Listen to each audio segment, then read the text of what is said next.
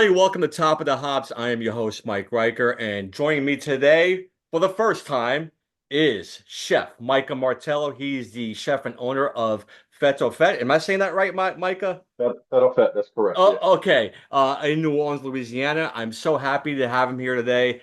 So, for the first time, I am doing a food episode with Chef Micah Martello, and here he is, the good old chef, Micah. How you doing, buddy?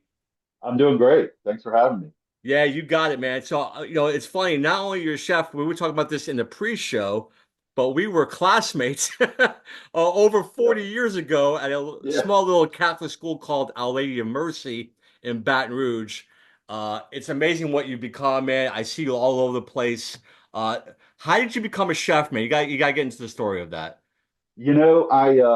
I knew like when I was a kid that I was always going to be in the food business in some capacity. I Oh, just really? knew it. Okay. Both my grandmothers and my mom were excellent cooks. Growing up in South Louisiana in an Italian family, everything was about food. Yeah. And when I was a kid, I used to play short order cook on Saturday and Sunday mornings. I had five younger brothers and sisters, so I'd get up early and I would make full breakfast. I would write a menu, and everybody would come and order something and eat. And I would make waffles, pancakes, eggs to order, sausage, bacon, the whole nine yards. Even And at a young age, Mike, you were doing like that. nine, yeah, yeah, Oh, oh yeah, wow. That's crazy. Wow. yep. And then my dad was a chiropractor and he had a really good practice, and he kind of urged me to take over the practice. So I started college in pre-med, and in my second year of college, I was young and wanted to chase my dream and whatnot, and so I changed my major from pre-med to hotel and restaurant administration. And I always worked in restaurants, throughout college. So I had some cook experience and whatnot. And, I started washing dishes when I was like 17, working jobs. And I ended up, uh, I, I went and finished college in Lafayette. It was USL back then. It's University of Louisiana now. Right. And started, while I was in college, I got an apprenticeship through Hilton Hotels and the American Culinary Federation. So I was getting my degree and getting my culinary degree at the same time during work. And then I got my first executive chef job right out of college. I just turned 22. I did a couple years in the military in between college, split college up, and ended up at I've just turned 22 and got my first executive chef job in New Wow. Orleans at Tavern on the Park, and I've been doing it ever since. So it's been 30 something years now, 33 years, I guess. Yeah, and I'm So sure it is a passion for you because I tell you, I have a friend who's also a chef, and I've seen what he went through, and it is demanding, oh, it's and one of the brutal. hard. Oh, yeah, it's brutal. Yeah, so Yeah. yeah, so it's amazing what you do. But before we get to our topic today, I do want to see what are you drinking today? I've got a couple choices. So look, I used to Oh, homebrew and I really love beer. oh, Um, okay, but I can't drink a lot of beers anymore because I've developed this weird allergy to hops as I've gotten older. And so I limit it like two IPAs and I'm out, man. I got to take a Benadryl, yeah, which is, yeah. one of my favorite beers. I love IPAs. I can't really drink them. But Gozas, like sours, uh, have either very little or no hops. So I Right. can tolerate sours pretty well. Plus the addition of the lacto fermentation and the sours, I think that additional fermentation helps break down the wheat as well. So it Hmm. doesn't bother me. So I got two local choices. This is gnarly barley in Hammond, Louisiana. Oh, This is wow, okay. their House Margarita Goza. It's good. It's 5%. It's like a tangerine, uh, lime, salt That type sounds good. Yeah. margarita. It's good. It's not sweet. It's some of the sours, they put a lot of heavy fruit in it. It's crisp. It's refreshing. It's pretty nice. Gnarly Barley is we run our food truck there for a lot of festivals and stuff. So I have a good relationship with these guys. They make excellent stuff. Uh, if you ever get a chance to try their Jucifer IPA, highly recommend it. Yeah, I see. Outstanding. Our my friend and our friend James, he always puts up on the Untapped website the gnarly barley juicifer, so I know how good Yes, that is. it's fantastic. It's really Yeah, good. yeah. I can't drink them much, like I'll suffer through it and drink one every now and then just so I don't forget. That's And unfortunate. So yeah, what's your well, second it choice? is what it is. What's your But second choice there's there? always whiskey, so whiskey doesn't have hops. There you So go. I'm good with that. Yeah. My second choice is another brewery that we operated our food truck at for quite some time when they were first starting out. It's Urban South Brewery. It's their Cucumber Lime Goza. Ooh, This is okay. a nice, light, refreshing, crisp, sour. This is what you want to drink when you're out in the sun. It's a good, that beer that you drink right after you cut the grass or whatever. This is perfect for that. So those are my two choices here. I think I'm going to do the probably the margarita first. This one's 4.2, so That's they're light. both like moderate. It's a good, not too much, not too little. Yeah. Does that lime cucumber ghost have salt as well, or that it's just those It three? does. Yeah, It most does. booze has salt. Yeah, Yeah, I like that because it kind of does take cut the taste of the sour a little bit, which I like. absolutely. I like the balance of it. So yes, that's really cool. So our topic today will be top five Thanksgiving sides. So Yes. in the spirit of Thanksgiving, I brought out a pumpkin. It's from Fat Orange Cat. Let's bring that Nice. down. Yeah, so it's called Cautionary Tale. It's their pumpkin ale. So I want to bring that out today for our little Nice. our top five here.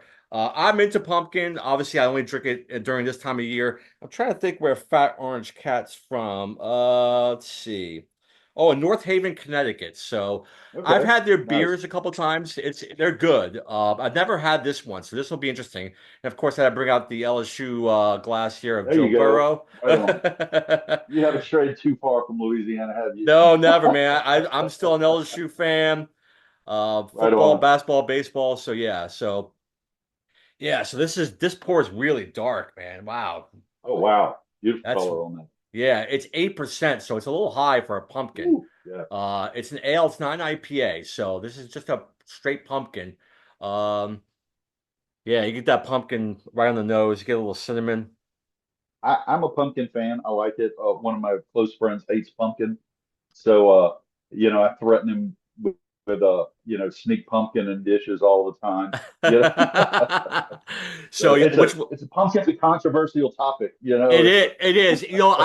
I like pumpkin as a dessert. I love pumpkin pie. I love pumpkin cheesecake. As a savory dish, I'm not too keen on it, to be honest with you, Micah. Like a pumpkin ravioli. Sometimes my wife yeah, and she makes it great, a pumpkin soup, and I just can't get into it. I correlate pumpkin with me as a dessert type. understood. Yeah, a lot of Yeah, people do. So, yeah. So how's the margarita? How's that one? it's good. Yeah.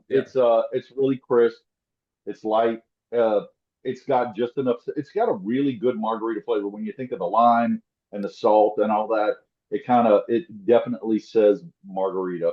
It's got a hint of tangerine in it, so Oh, there's a nice. little bit of background sweetness, not too much, and it's got that typical, very effervescent, kind of salty beer flavor. It kind of reminds me of the Mexican style like micheladas where they take Oh yeah, like sure. Modelo and they put Modelo, salt and yeah. lime and stuff in it like that. So it's got similar kind of flavor profile. Oh, I love it. Yeah. So, Micah, here's to you. Thank you so much for joining me Cheers. today. So, cheers. Let's see how this tastes.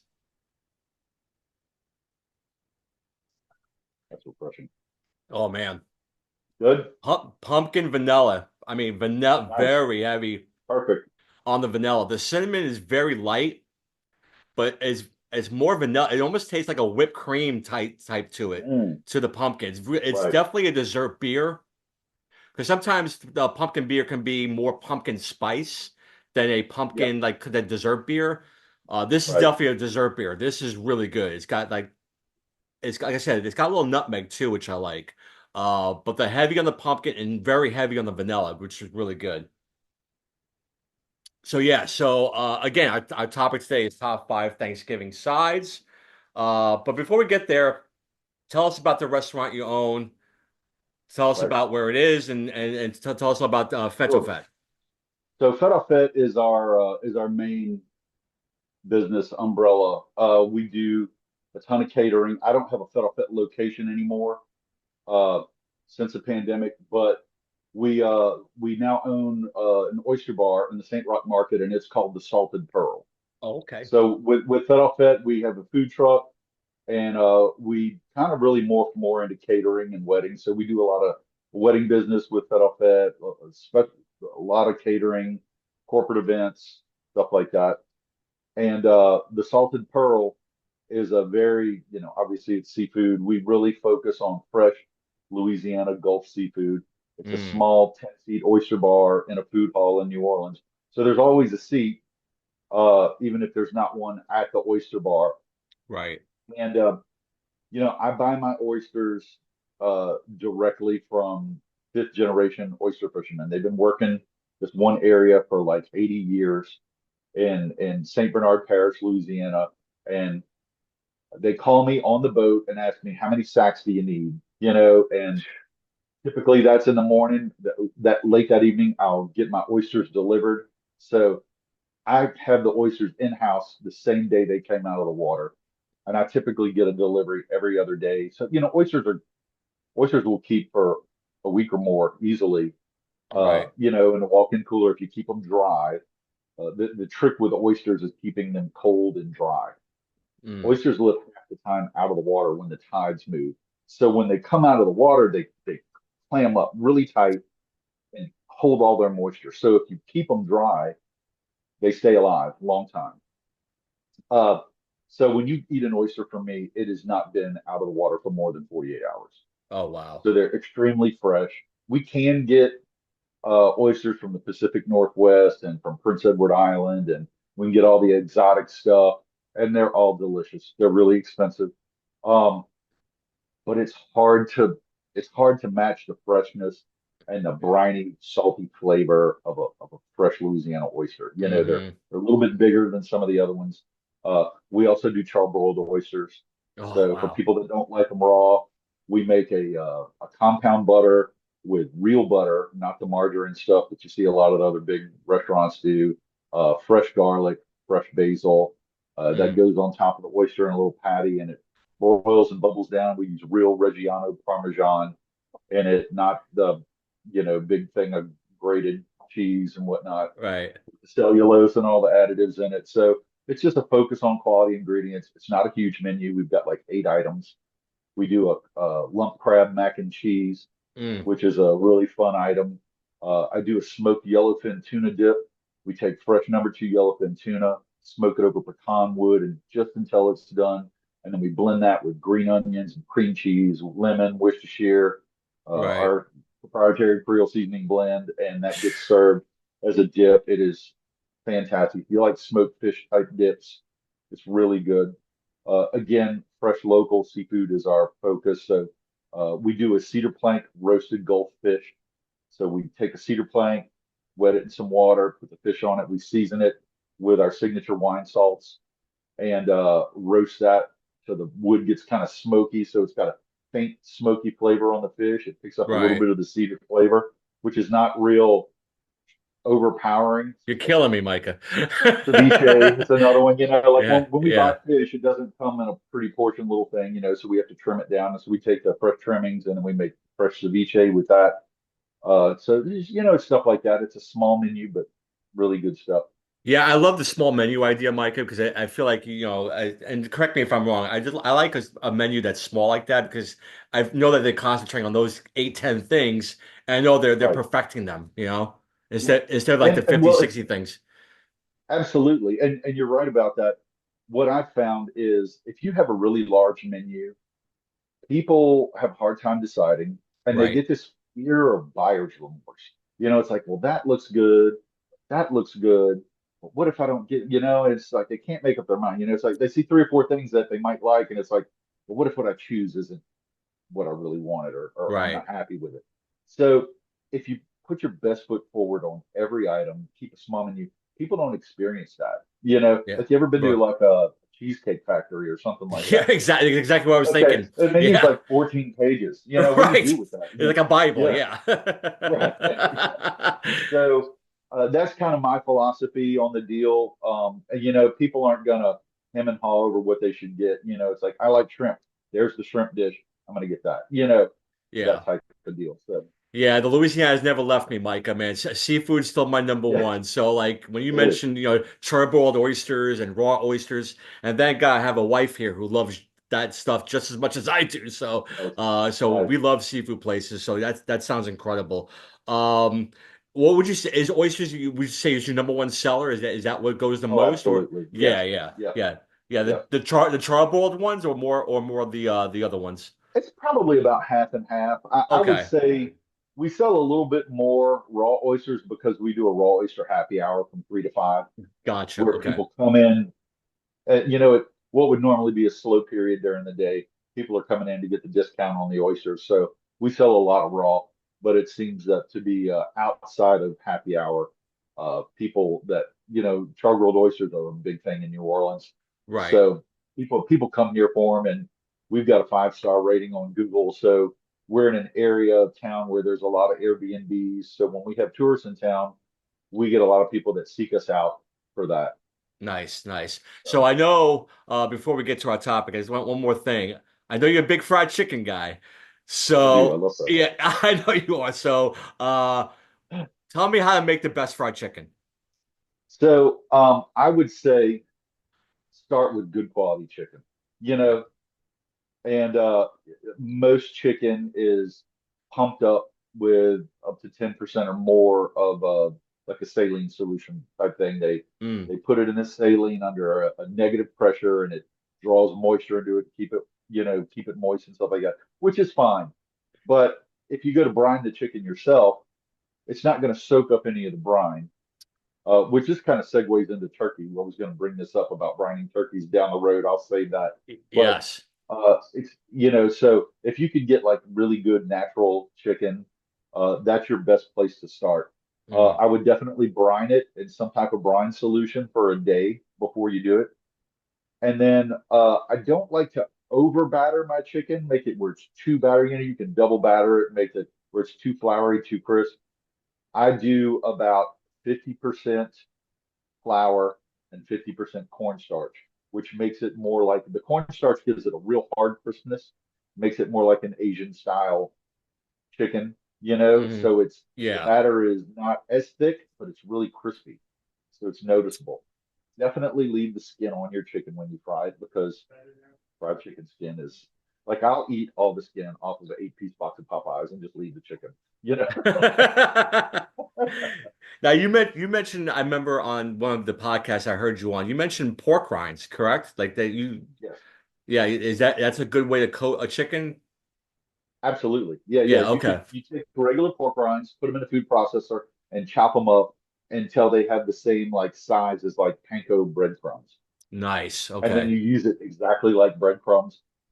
It doesn't brown as easily, so you can cook the chicken longer without over browning it and get that chicken real tender, and it gives it a phenomenal flavor. I also insist and highly recommend that you fry in beef tallow instead of Interesting. canola oil or vegetable oil or whatnot. Beef tallow has a higher smoke point. It's less acidic. Uh, it it doesn't seep into the breading as much, so you get a much crispier, less oily product with beef tallow. And it's a natural fat that your body can recognize. In most restaurants, they use these commercial seed oils full of anti-foaming agents and anti-oxidizing agents and stuff like that. Mm, I think that those things really complicate the flavor. They don't really add anything nutritionally. In fact, they can kind of make you feel terrible a little bit. If it's too much of that. If you eat a bunch of fried chicken, you're like, oh, my stomach hurts. And right. I think a lot of that is really because of the type of oil that they use. Plus, the tallow has a much more buttery flavor, and it just tastes so much better. McDonald's used to fry in beef tallow up until 1991. Oh, When really? people, Wow. yeah. Uh, Now they add beef flavoring to their fries to Yeah. duplicate that classic, beef tallow flavor. So those are the two things that I would recommend. Whatever spices you like to use, that's up to you. I do it in various multiple different ways. I try it all the time. And uh, yeah, I would say, the cornstarch to the flour and the brining of the chicken is really important, and just light breading, and cook it not too hot, not at 350, not at 375. Cook it more around 325, 335, especially if it's bone-in, large chunk of chicken, Right. because you want it to be done all the way through the center, and it'll make it more tender that way. Yeah. So Yeah, I you can, like sometimes I like dipping chicken in my hot sauce, but I know when it's a good chicken if I'm not dipping into anything. I'm just eating the chicken, so right. that's when I know it's a good chicken. So yeah, that's great advice. So that's awesome. So we talked before the show, and I lived in Louisiana for 22 years, I believe. And my mother always cooked Thanksgiving dinner. And she's full-blooded Italian. From Remember your mom. Yeah. yeah, yeah. But down there she would dive into the Cajun style Thanksgiving. Yeah. But when we came up here, it was different when we did the Italian style Thanksgiving. Yeah. There's a big difference, right, Micah, between a Cajun There is. Thanksgiving Yeah. and an Italian Thanksgiving. Let's talk about that. Absolutely. Yeah. Well, obviously, it's going to be more Italian style stuff on an Italian Thanksgiving. I think with an Italian Thanksgiving, as with most big Italian meals, you have there's a bigger spread, more items. Yeah, yeah. I I mean, think I remember my mother making lasagna and stuffed shells right before the turkey came out, right? absolutely. Yeah, my Yeah. grandmother did lasagna for Thanksgiving as well. My Italian grandmother on that side of the family. Um, it would be just a lot more stuff. She would do like roast, fried chicken, and some either pasta with meatballs or a lasagna or baked Yep. ziti or something like that. There was Yeah. always pasta.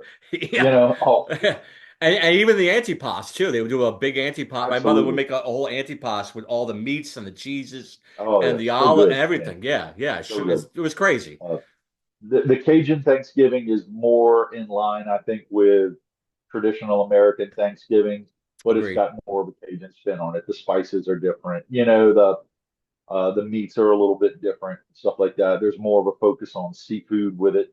Mm. Stuffed millet. And everywhere else in the country, it's called chayote squash, and they're popular in Louisiana. They roast them and then scoop them out, and usually it's mixed with shrimp or crab meat. They Oh make a wow. stuffing and stuff it back inside there. That's a really popular one. Or they'll take instead of just stuffing the milletone, they'll chop it up and make it into a seafood and milletone casserole with breadcrumbs and cheese and stuff like that. That's a very popular Cajun type dish. Uh, with the stuffing and stuff like that, instead of using regular pork sausage, they'll use like andouille and tasso and Yeah. and Cajun meats and stuff like that, or boudin. So it's as far as like the structure of the menu, it's typically more in line with an American traditional style Right. Thanksgiving, but with a Cajun French twist on it. Yeah, it's a great way of putting it. And I was Italians just throw everything at it. Yeah, It's like the yeah. kitchen It's like sink. it's like you Yeah, start at noon and you're still eating at 8 o'clock at night yeah, with oh yeah, Italian yeah, Thanksgiving, right? So it's right. crazy.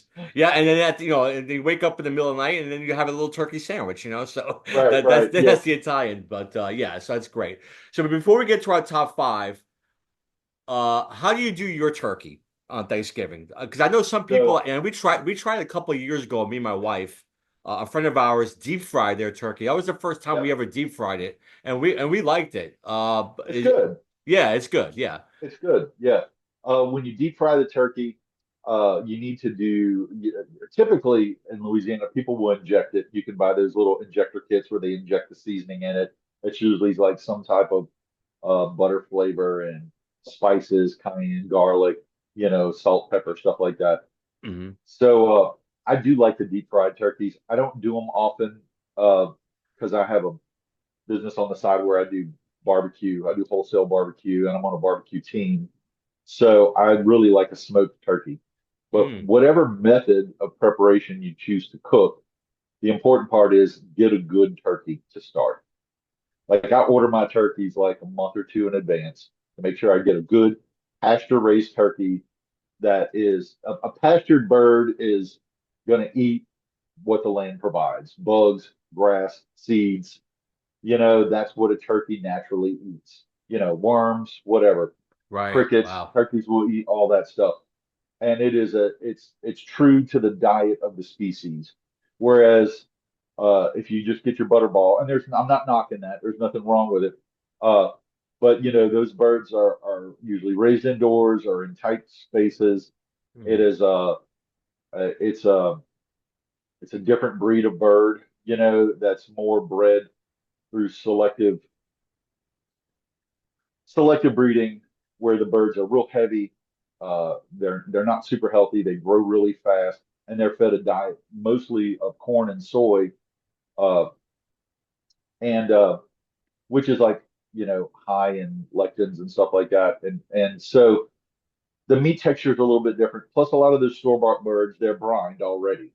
Right. They don't really say that, but it's the correct definition of what it is a brine. So they put them in a saline solution under negative pressure, and it soaks up about 10% liquid, which it adds to the weight of the bird. But then when you cook it, all that water comes out. So Mm.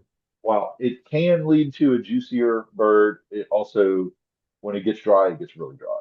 Right. Yeah. So I would say a natural brine solution and an unbrined natural turkey, it's going to cost probably twice as much as a regular store-bought bird, maybe more.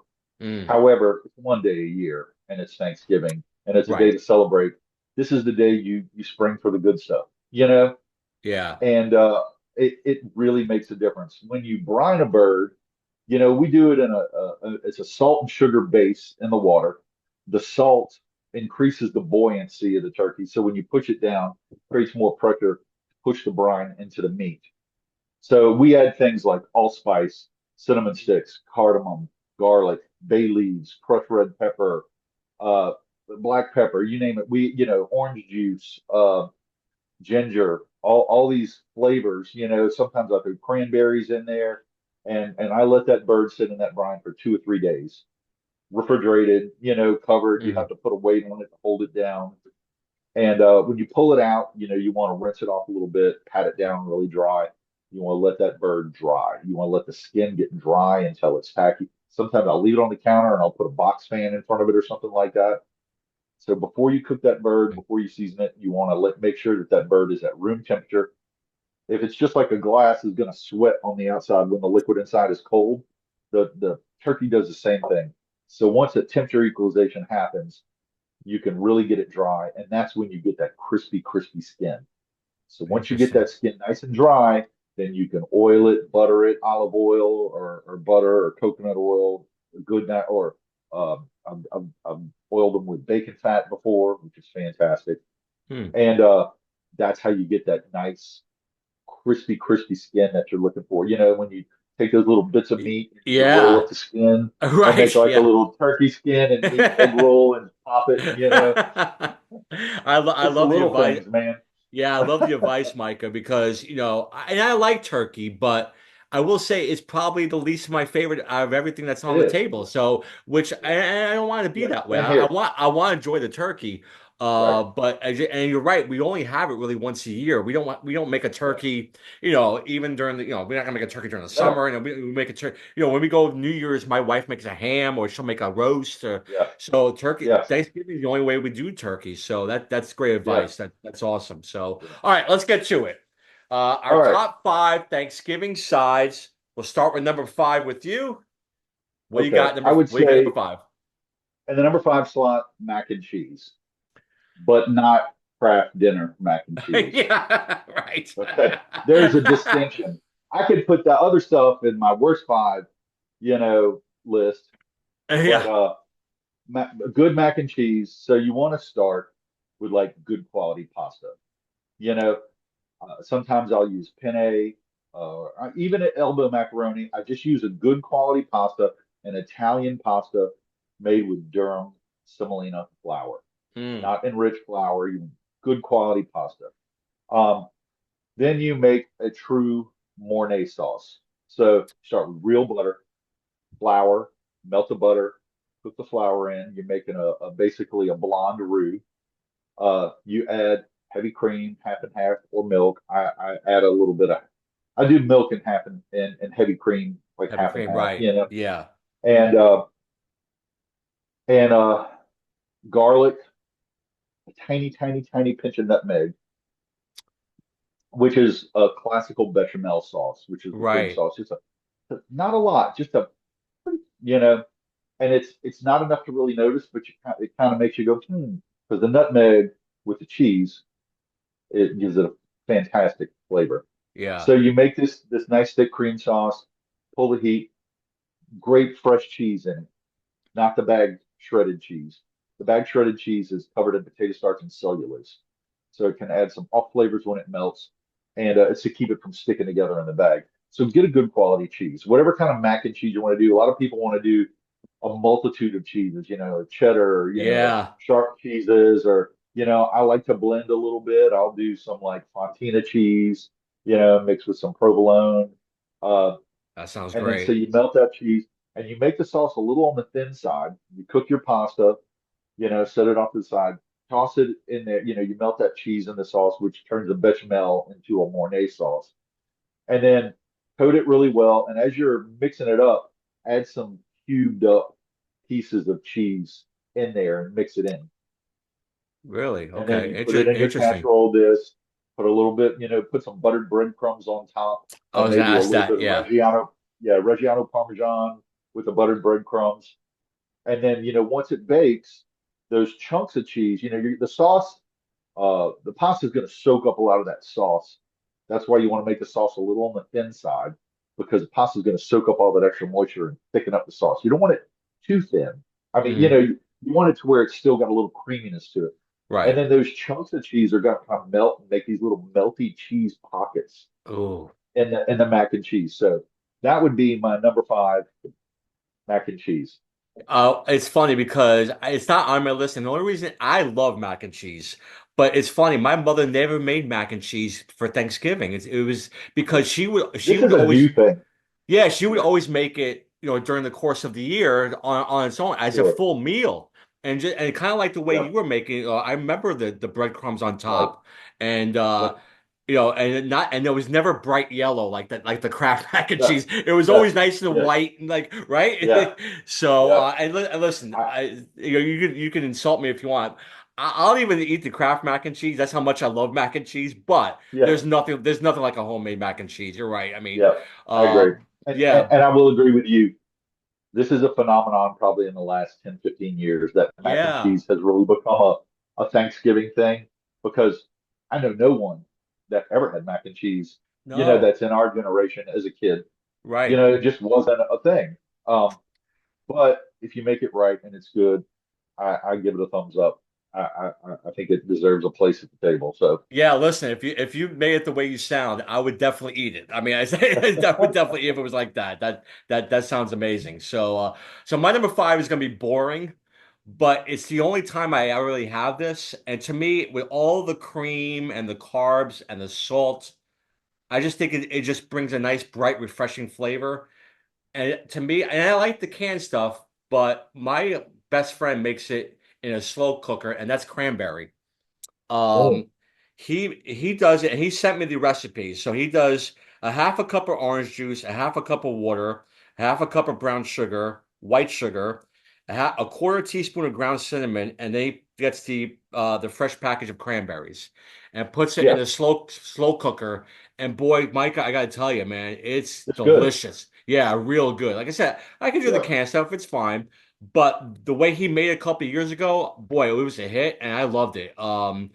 It just Once you works get so fresh cranberry sauce, you never go back. It's right. Yeah, I don't want to go back yeah, to the canned stuff. You're right. yeah, So, yeah, yeah, I loved it. It's another dish that you're not gonna have except for on Thanksgiving. So, I mean, there's yeah. no really you're not gonna have cranberry, in the middle again Right, with a steak or anything. So, right. I just think it works perfectly with the turkey. I love cranberry.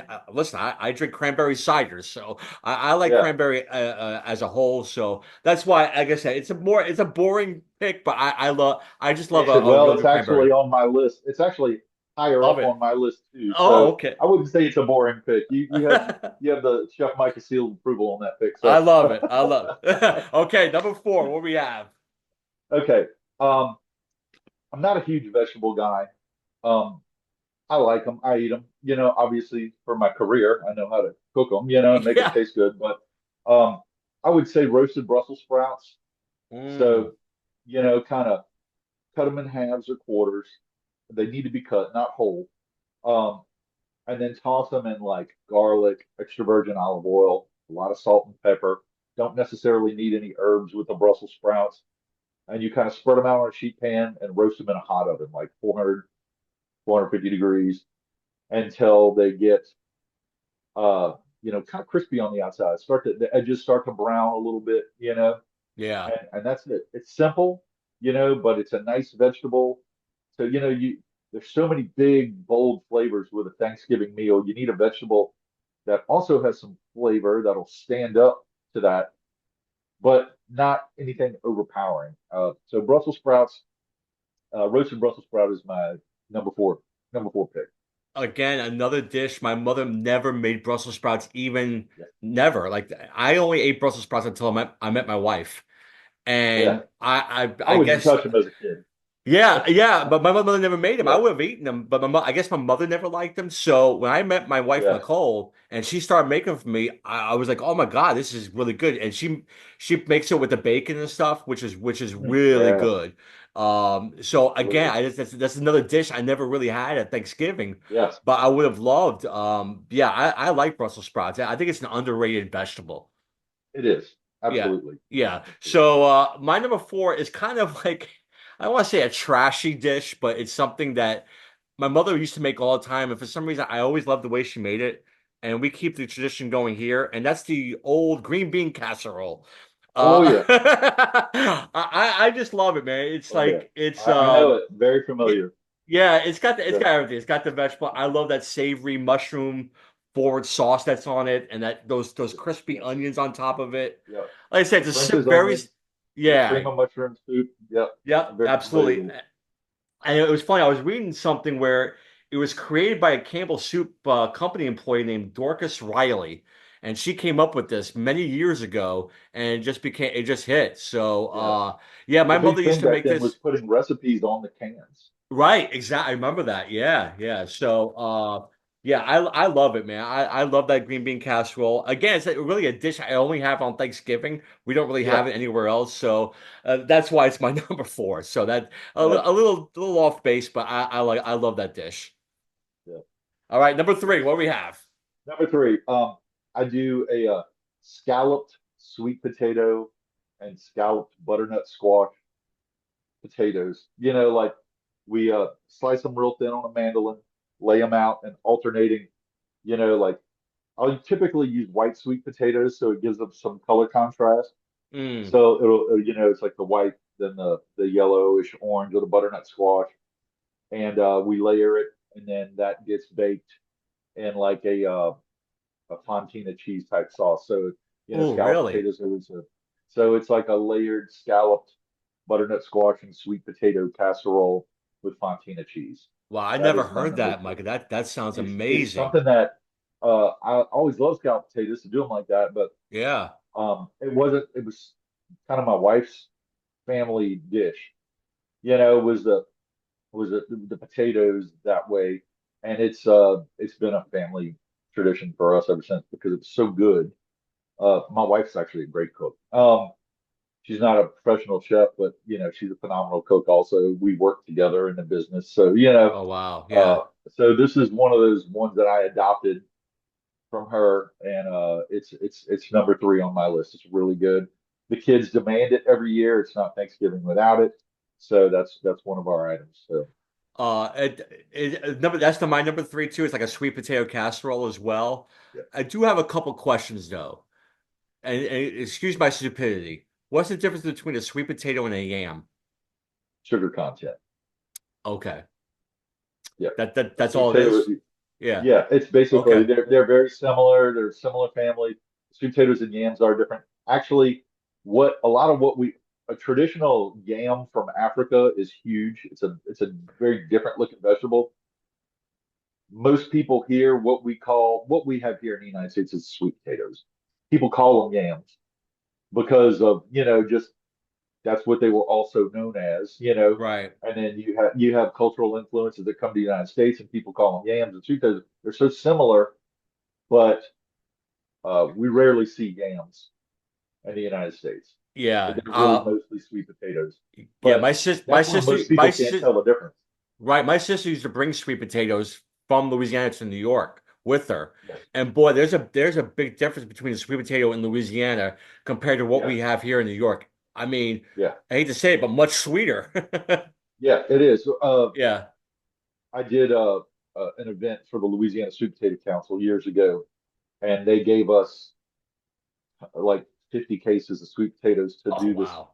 conference, to cater this conference for them for a week. And they were like, use sweet potatoes in every way that you can. We made sweet potato biscuits. We made sweet potato everything just Wow. for, and it's a very versatile, it's the Swiss Army knife of potatoes. You can make anything with it. So Yeah. Yeah, and like I said, I like it with the the sweet brown sugar and the kind of like the pecan crust on it. It comes out more like a dessert for me it sometimes. is. It is. But Sweet potato marshmallow pie, yeah, basically. Yeah. marshmallows, yeah. Yeah, Yeah. but the kids love it. I love it too. Again, Yeah. I hate to keep saying it, but again, it's a dish that I don't have anywhere else but Thanksgiving. Yeah. So it's something that always look forward to. So I always love the sweet potatoes. And to me, the sweet potato to me is more. I find that I look forward to that more than the mashed potato on Yeah. Thanksgiving. Yeah. You know. So all Yeah. right, we're close. We're close, Micah. Number two, what we All right. have? My number two is homemade cranberry sauce. There we go. Okay, great. Yep. And it is like I your friend's recipe sounds great. I do mine. I don't always do them in a slow. I've never done them in a slow cooker, but same thing. I'll put them in a pot on the stove on low and let them simmer slow and low for a long time. I'll do. I'll juice a couple fresh oranges, and then I use the zest from the orange. Throw that in there. Hmm. I use a little bit of raw honey, a touch of cinnamon, uh, and really that's about it. Not a whole lot. And ginger, Simple. fresh ginger. Yeah, Yeah, that's simple. fresh ginger, and So you just put it on a pot or yeah, just put it on low heat in a saucepan on the back of the stove and just let it go for 2, 3 hours oh wow. until it reduces and the berries get nice and soft and everything. And I do add once it's done, I add a little bit of salt to it, not much. It kind of rounds out you got all the honey and sugar and everything in there, so it's really sweet. But you want that sweet salt, that savory sweet balance, that salty Yeah. sweet thing going on. So you finish it with a little salt and throw a few pats of butter in right at the end and stir I- that butter in, and it Interesting. gives it this sweet, great flavor. The flavors of the spices will kind of ride better on the butter fat than they will on the sugar. So Yeah. it makes it a little bit more pronounced. Oh wow, that's But, interesting. It's funny but with yeah, with the cranberry. When I first have the dinner, I gotta have the cranberry on the side. But later on, when yeah. I'm having myself, I get myself a sandwich. I gotta put the Oh cranberry yeah, on the on sandwich. everything. Yeah, and Cranberry's everything. great on look ham sandwiches too. When you have leftover ham, the cranberry's great Real, on I've never yeah, tried that. yeah, Interesting. Cranberry and absolutely. ham. I love it. I love it. Yeah, All right. So my number two, again, this is I go back to my mother, and this also involves my wife too, who's sitting right here. And they make it. She makes it just as good as my mother did, and that's stuffed mushrooms. yeah, She makes an incredible stuffed mushroom. I wish I had the recipe. I should have asked her for the recipe. I should laugh at me, but it's the way she makes it, and I'm a huge mushroom guy, so I know a lot of people yeah, don't like mushrooms. yeah. But the way she makes it, and I this is love more them. than to me, this is more of an Italian dish than Yeah, you know. You don't see this in traditional Thanksgiving right. meals. I would agree. But yeah, and well, I like what my wife does too, and my mother did the same thing. It came out before the turkey came out. It was like it came out with the appetizer. Like an appetizer. Yeah, Yeah, yeah. So I love the way they both make it. that's a great choice. Yeah, that's a great choice. I can't wait till Thanksgiving when she makes it because like I said, she doesn't make it often. It's only on Thanksgiving, so that's why I try to keep my things where I don't have it except for the one time a year. on Yeah. Thanksgiving. So the stuffed mushrooms are incredible. Like I said, the way my wife makes it, it's just like my mother's, and it brings me back to my days as a kid. So Yeah. that's why I love. That's why it's my number I two. hear you. All right, number one. What do we Number got? one, cornbread dressing. That's my number one. Yes. And look, it's one of those things. It's another one of those items. Nobody eats cornbread dressing all year long, you No. know. So, obviously make a good cornbread. Either use a good quality mix or make it from scratch. It doesn't really matter so much because you're going to crumble it up anyway. But I do prefer the more coarse cornmeal in mine Yeah. than what a lot of the mixes contain. So I'll usually make my own. It's a mix of I use less flour because they all have a little bit of flour in them because it needs something more sturdy. You need the gluten to make it rise. Corn flour and then cornmeal mixed in with that. So I'll bake my cornbread in a traditional cast iron skillet with lard or bacon fat, like make it the old way with the nice crust on it. Set that aside. And I usually do a choice of three things in my cornbread dressing. I'll either do a good quality pork sausage, like Hmm. either a sage flavored sausage or an Italian sausage. Uh, or I'll do a seafood version with either oysters or shrimp. Now, oysters is my favorite when it comes to cornbread dressing.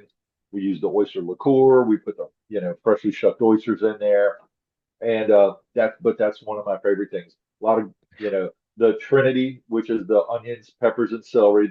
They call the Holy Trinity of Louisiana cuisine. That's the basis for just about everything in Louisiana food. A lot of green onions, a lot of fresh chopped parsley, uh, always some sage, really good strong chicken stock, and yeah, put it all in there, bake it, get it nice and crispy because it is the perfect vehicle to put gravy on to get the gravy Yes. into your mouth.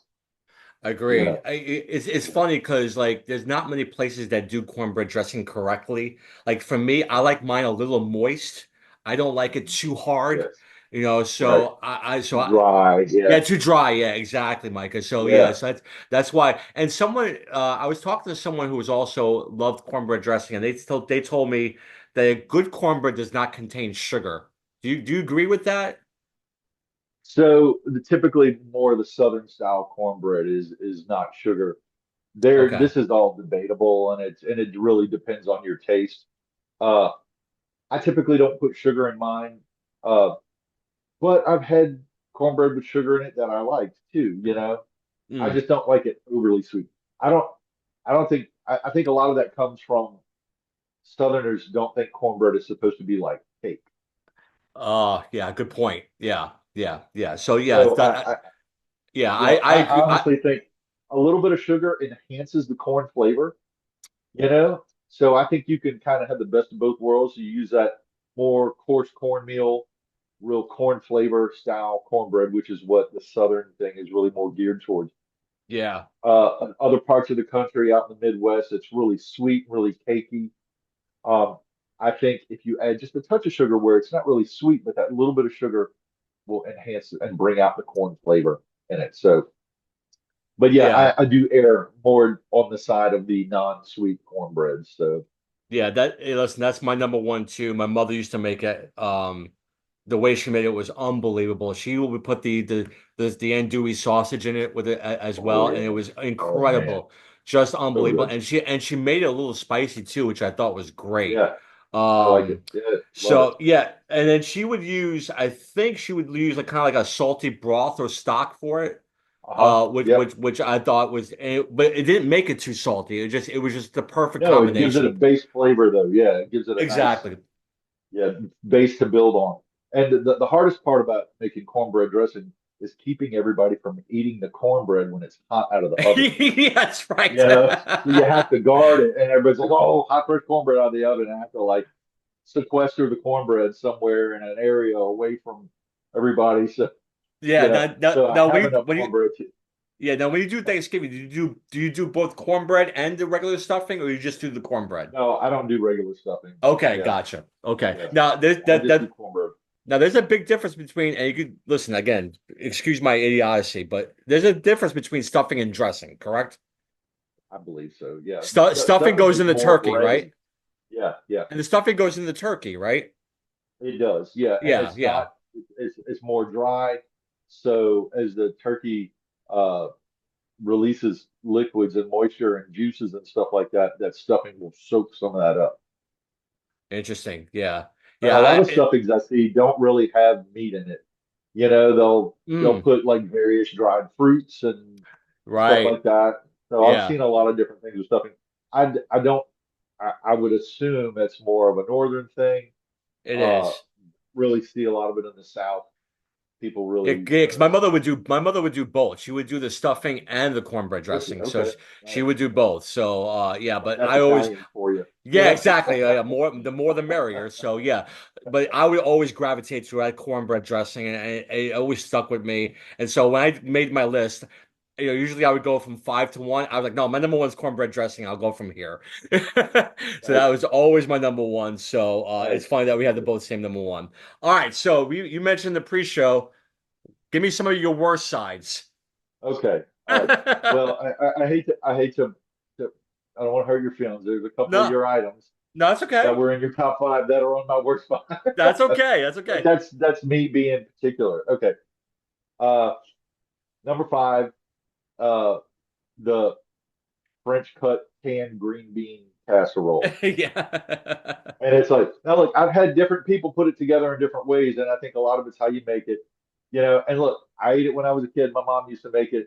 I've gravitated away from it over the years because I've had some pretty bad ones.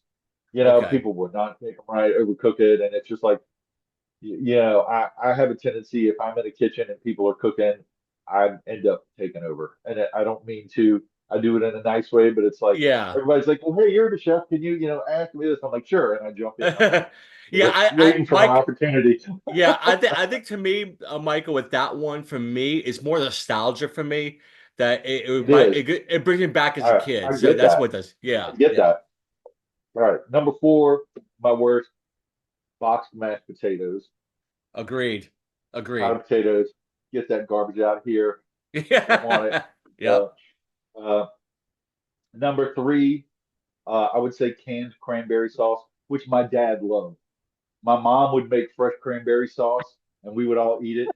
And my dad would literally have the can with the little silver cranberry can shaped dish, and he would eat that stuff. And we were all just like looking I at him can't. like, what the heck's wrong with you? You Mike, know? Mike, I swear to God, that was my father too. And my mother sometimes, not every year, she would make a homemade cranberry, but he would sit there and eat not the regular cranberry. He would do one with the like with the Yeah, yeah, with the little things in there. I forget what they called. yeah, Yeah, not the regular jelly one, but the other one. right. But that was But my father. It's just yeah, like my mother would make homemade ravioli, and he was like, I like the Chef Boyardee better. I'm like, I'm like what? yeah, yeah. Um, so number two on my worst five, canned candied yams, the sweet potato marshmallow pie thing. Too sweet for me. Most of it, look, I think if you the sweet potatoes are already canned with a ton of sugar in it. It's a syrup, you know, when you Yeah, pour it out. And then people add more sugar and then put marshmallows on top and then sprinkle brown sugar on that. So to me, it's more like a dessert, really, it than a is. side. Yeah. It's too sweet for my taste. It's a nostalgia thing. Ate it for years. My mom made it, you know, when I was younger, and then she started to gravitate towards other stuff. But and then the number one worst, I would say, Thanksgiving side is the green Jello salad. Oh wow. See, I never Made in had a that. little, made the little Yeah. mold where they would take the Jello and the Yeah. green Jello and the cottage cheese and Yeah, mix it up and oh, kind of layer thing. I'm It's a with you there, texture Micah. nightmare. It's ugly. You know, I'm like, who would, you know, what were you, how high were you when you came up with this? I don't know. It was just, I don't know, one of those things. Uh, Yeah, I thank God my mother would never dare do that on the table. yeah, So yeah. that's crazy. Uh, So pumpkin pie, I got what are the pies? Apple pie. I'm a pumpkin pie fan. I Yeah, yeah, love me pumpkin too. pie. I like sweet potato pie too. It's funny, you know, sweet potato pie, I'm down with. I can dig it. You know, the candied yams, not so much. I think the canning process. kind of destroys a lot of the flavor of the sweet potato, and you're just getting sugar.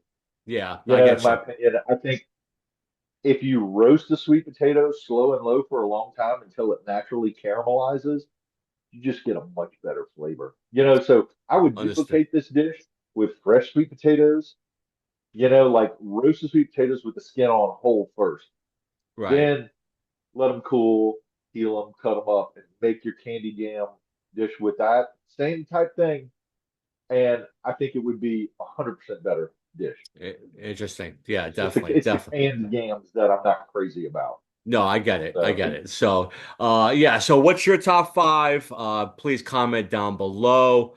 Micah, what do you got going on at your restaurant? Tell me more about your restaurant. Where is it located? Just so my listeners can go. we are located inside the historic St. Roch Market in New Orleans, built in 1875. It's the second oldest public market in the city. Uh, and it's now, you know, for years it was a, you know, it started out as like a literal farmer's market, like a pole barn on St. Claude Avenue on the corner of St. Claude and St. Roch. And fishermen would bring in their stuff. It was renowned for its seafood and local produce. And over the years, it just got bigger and grew more.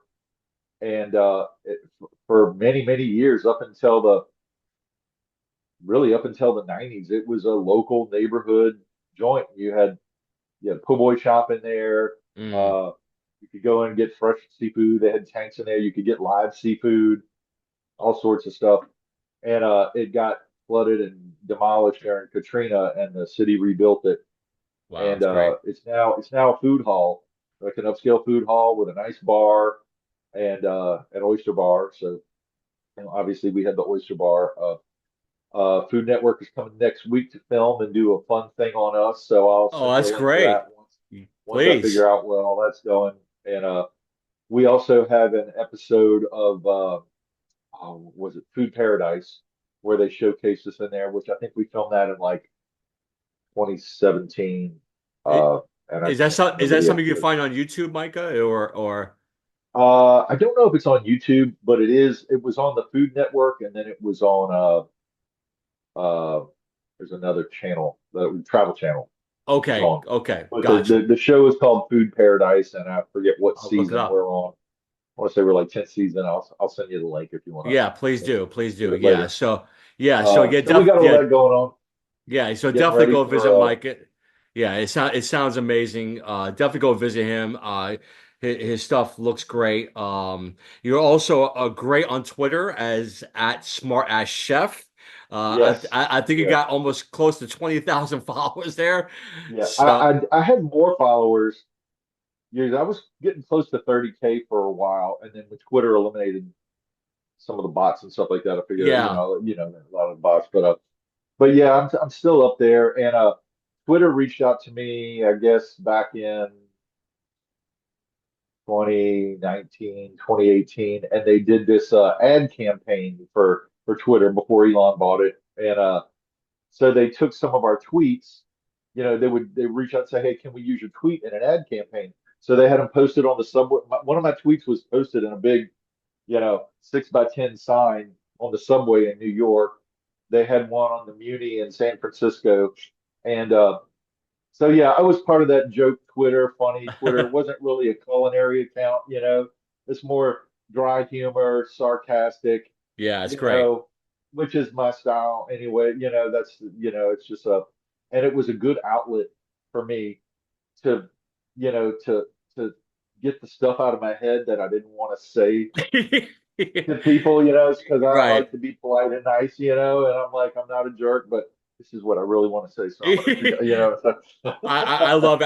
I probably saw that ad because I take the subway every day to work. So I probably yeah. saw that ad, not even knowing that was you. So that's tremendous. Micah, thank you so much. This was great. Thank you, Hope we can do it man. It again, was and great. I Had a good appreciate it. time. This has been All Top and right. Hops, and don't remember, don't worry, be happy.